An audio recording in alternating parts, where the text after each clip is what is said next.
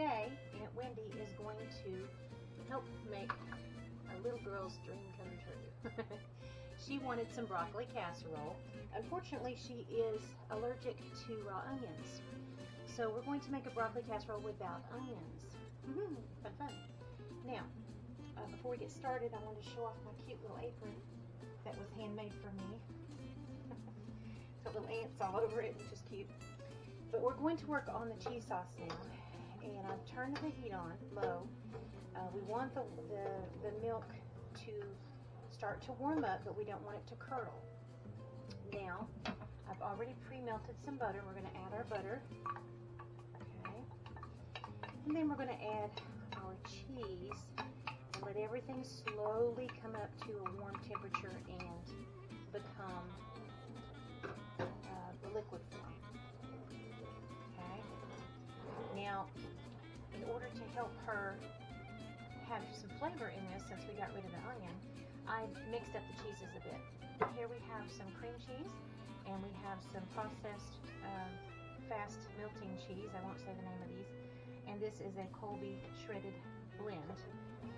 And then I have some spices to add as well. Alright, so let's put the cheeses in.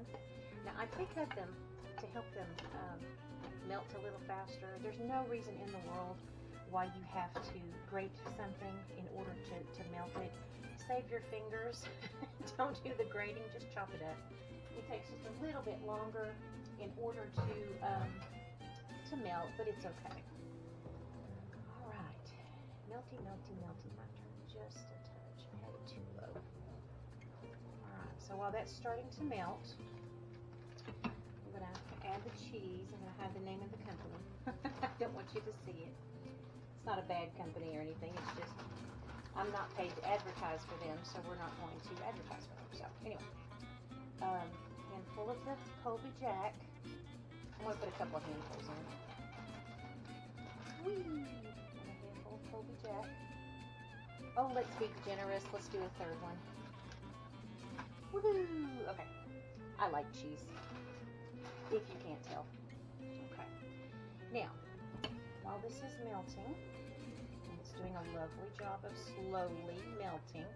Like I said, we don't want it to come to a fast boil because it will curdle the milk. And nothing tastes worse than burnt milk products or curdled milk products. So don't make the mistake of doing it too fast. Okay? Now, to this blend, I'm going to try to keep it a little bit on the white side, just simply because I like a white sauce with the cheese. So we're using white pepper instead of black pepper. So, woohoo, in goes that. Since we are not doing raw onion, we are doing the toasted, dehydrated young onion flakes and powders. And that's what this is. We're adding the onion flavor, but we're just not adding those lovely, juicy, translucent onions that usually go with a broccoli casserole. Now, this is garlic. Because, you know, everyth's better with garlic. And garlic's good for you. It's good for your heart. Much, much better for you than people think. And if you wondered what that was the tag on my shirt that holds it up when it dries. Unfortunately, it was sticking out, and I apologize, so I just tucked it in. All right. Now, cheese can be very salty, so I did not add any salt. I will taste it when I am done to make sure it's salty enough. And if it needs more salt, I have some pre-grated salt here ready to go. And yes, I use the salt grinders. I like the sea salts, the different flavors of sea salts. This is just a plain sea salt that I've used today that I ground up. Look how lovely that's melting. Very soon it's going to be a nice, lovely, smooth, creamy mess. It's tasty, tasty, tasty. And then we can mix it in with our broccoli and rice. Now, while this is melting a little bit, I'm going to bring the broccoli and rice over. Woo-hoo! Broccoli and rice. I already steamed the rice and the broccoli in a rice steamer. I had a vegetable steamer on top of it, which I adore. And when it comes to cutting corners, I know we're nothing like the previous generations where they would do everything from scratch, bless their hearts. They would stir, they would mix, they would grind, they would do everything by hand. And I appreciate all the hard work they went into making recipes and dishes, but honey, I adore the shortcuts, okay? So when I use a steamer, I'm using it because poor little Winnie needs to not mix and use her arms 5,000 times a day. So anyway, it's starting to boil a little bit, so it might be a little high. Go down a touch. There we go. Ooh, look at that lovely cheese sauce, how it's coming together. Now, something to remember is I eyeballed some of this, okay? That's because I cook a lot, and I get it. Not everybody does that. You want a specific recipe, I'll do my best to put down, an exact or a close to it recipe for you so that you can see it. But this was eyeballed, to be perfectly honest. I don't even know if that's an exact 2 cups of rice. I don't know if that's an exact 2 cups of broccoli. But the gist is you want it to be equal. Equal broccoli, equal rice. Now, on the cheese sauce, I just made a lot of cheese sauce, and I'll tell you why. Rice soaks it up, okay? Also, anything left over, you can use on other things. It's not, it's cheese. You can dip it. You can use it as a, cheese dip for your potato chips or for some toasted bread. French bread goes really good with it. Anyway, that being said, look at that loveliness. Still boiling down, still melting. Now I'm stirring constantly, and you're going to wonder why. I'm going to tell you. If you don't stir constantly, you take the chance of the milk products sticking to the bottom of the pan and burning. Once again, I've told you, burning bad. Burning bad flavor, burning bad all the way around. And no, you cannot rescue it if you burn it. If you burn the cheese on the bottom, honey, the top tastes like burned too, so don't do that. Still a little warm. Down you go. Okay. Oh my goodness. That looks delicious. Now, while it's continuing to do this, I'm going to stop for just a second and get a spoon. And I apologize for the sniffling. I do not have a cold. What it is I have allergies, and here in Tennessee, let me tell you, it's allergy season. We have blooming trees everywhere, and my sinuses are killing me. I've got, it started with the Bradford pears. Those lovely trees that bloom all over the place here. And then they were followed very, very quickly by the redbuds and the dogwoods and everything else. So, as you can tell, the hyacinths started blooming. the little flowers like the bulbs start to pop out, like the, I'm going to say these wrong, jonquils, I think I got that right, and the other ones. Anyway, it's that time of year, the ones that come out in the spring, and you know what that is. And I'm a talker, by the way. If this is the first time you've ever seen me, honey, I talk. Sorry. Imagine being in a room with me and talking. It's awesome. Anyway, while this is bubbling away here, we're going to take a quick taste. Quick taste.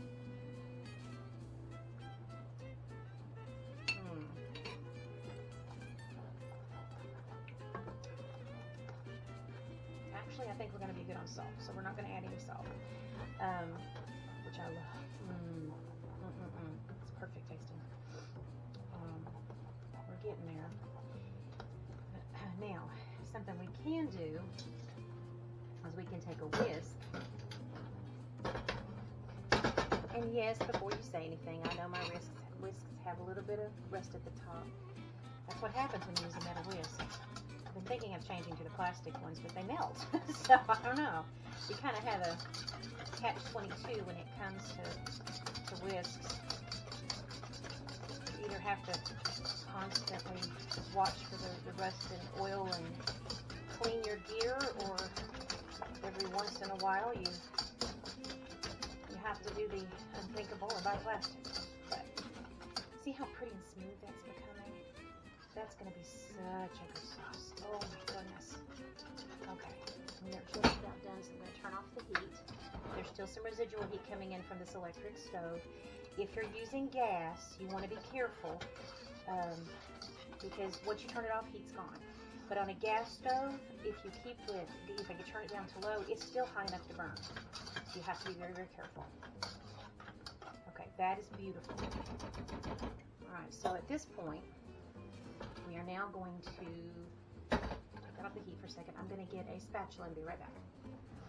It's out of picture, so I apologize. I should have had it ready.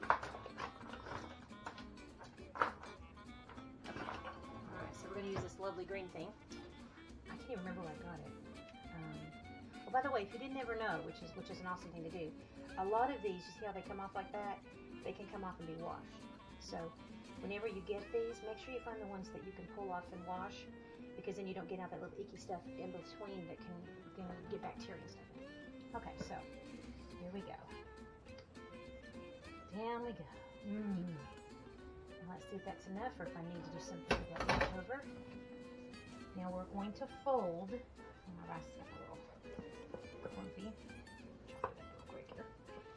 We're going to fold because we want our broccoli florets to stay as much florets as possible. Unless you like little bitty bits, that's okay. If you like the little bitty bits, by all means, you go right ahead and stir away and not fold. Whatever you feel comfortable with. Now the gist is, like I said, you want to cover everything with the cheese sauce, and I'll be darned if I didn't get just enough cheese sauce to eyeball it. No leftovers for me. Dang it. And if you haven't seen me before, I am the leftover queen. I love to make stuff out of leftovers. So in this case, no leftover cheesies for the Winnie. Oh dear. But that's okay. Like I said, it's all about doing the good stuff. All right, now we're going to spray down a glass pan, and then we're going to put grated cheese on top of it. Now I know you can't see my face today. That's perfectly fine. I did that on purpose. Don't be mad at me. I've been a very busy lady, and I didn't have time to put makeup on, so I didn't want you to see me without the makeup. Oh, there we go. Here's our beautiful glass pan.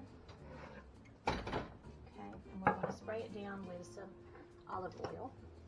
Okay. Woohoo, look at that. Olive oil spray.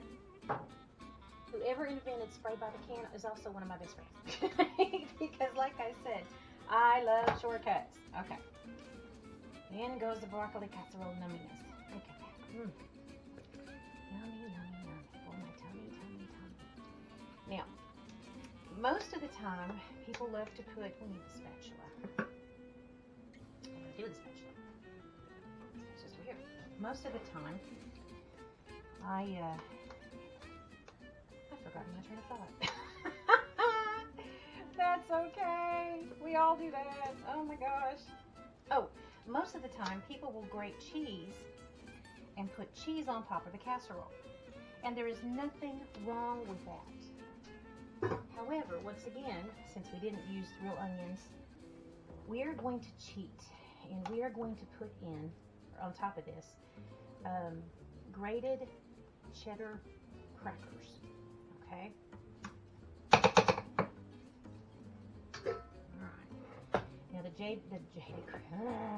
apparently I can't talk either.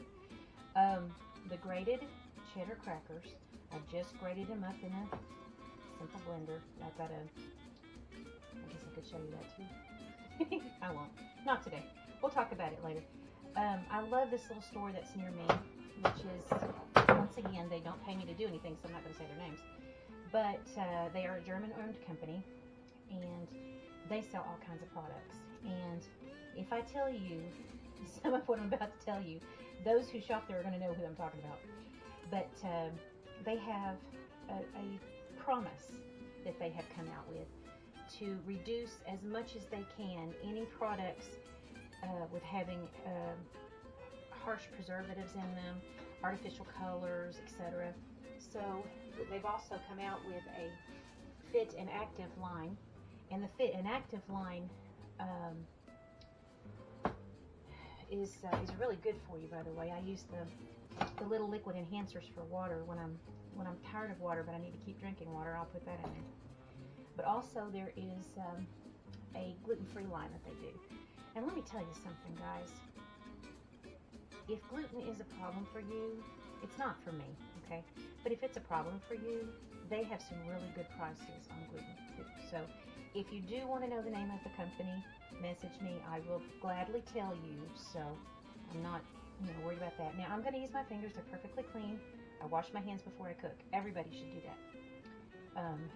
But the very best tool in the kitchen is your hands.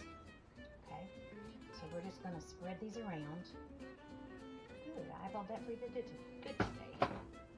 Spread it lightly on top. The young lady who taught me how to do this with the cheese crumbs also told me that it's important to use a little butter on top. I won't be doing that today because there's an awful lot of moisture in this, so hopefully it'll make a nice thick crust without me putting any butter on top. Okay, mine will taste a little different than hers, I'm sure, but there we go. I'm just patting it down. Now the reason we're patting it down is not because we want the crumbs to be even coated, but more or less to make sure there's no air pockets in there underneath where the vegetables and the rice are. Okay.